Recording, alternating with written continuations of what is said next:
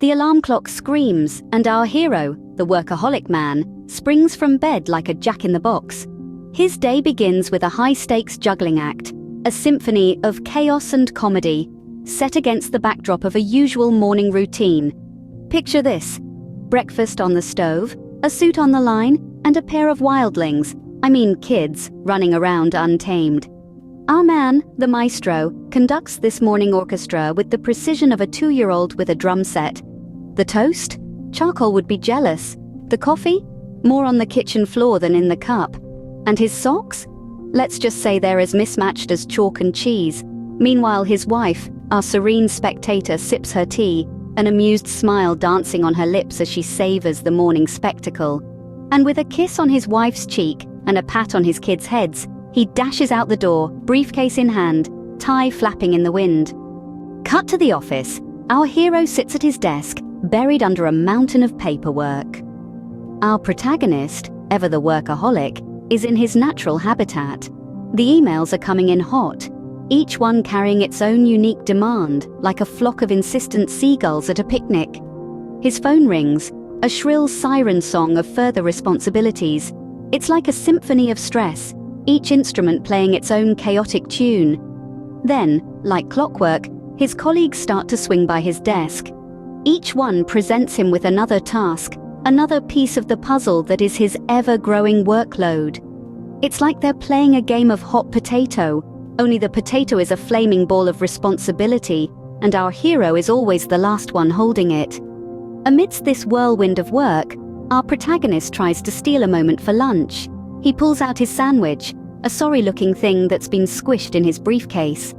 It's a testament to his dedication that he even tries to eat it, taking bites between phone calls and emails. Throughout it all, there's a sense of humor to his struggle. He rolls with the punches, cracks jokes with his co-workers, and somehow manages to keep juggling everything. It's a chaotic dance, but he's got the moves down to a science. Finally, as the clock strikes 5, he lets out a sigh of relief. Another day, another dollar, he mutters, packing up his briefcase. Back at home, our hero's greeted by his excited kids, who bombard him with their day's stories. A flurry of words fly around the room, a cacophony of tales about dragons, school bullies, and the mysterious case of the missing lunchbox. He's drawn into their world, a world where every scraped knee is a battle scar, every lost tooth a badge of honor. He navigates these waters with the grace of a seasoned sailor, a knowing smile on his face. But the waves of childhood innocence are relentless, and the man is tossed around by their unending curiosity. Then comes the wife, her words dripping with sarcasm. "Did you remember to pick up the dry cleaning?" she asks. "Oh, I see the invisible dry cleaning in your hands," she comments before he can even respond. His witty comeback, "I was just about to turn it visible again," leaves her chuckling.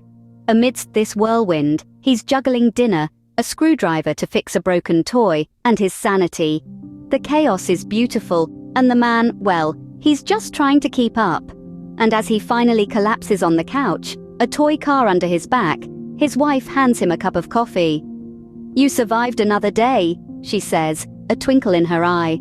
Our hero, coffee in hand, looks at his family, a smile on his face. With a twinkle in his eye, he begins to narrate the epic saga of his day. Imagine, if you will, a morning that redefines madness, where toothpaste becomes hair gel and cereal replaces coffee. A morning where the only serenity is the sound of the alarm clock's final surrender. Then behold the office fiasco, a realm where emails multiply faster than rabbits, and the printer is a ticking time bomb of jammed paper and faded ink.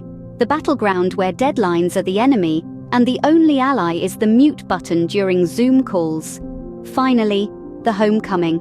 A grand return to the castle, where toys are landmines, and the only password to peace is the bedtime story. And that, my dear family, is a day in the life of your favorite workaholic, he says, raising his coffee mug.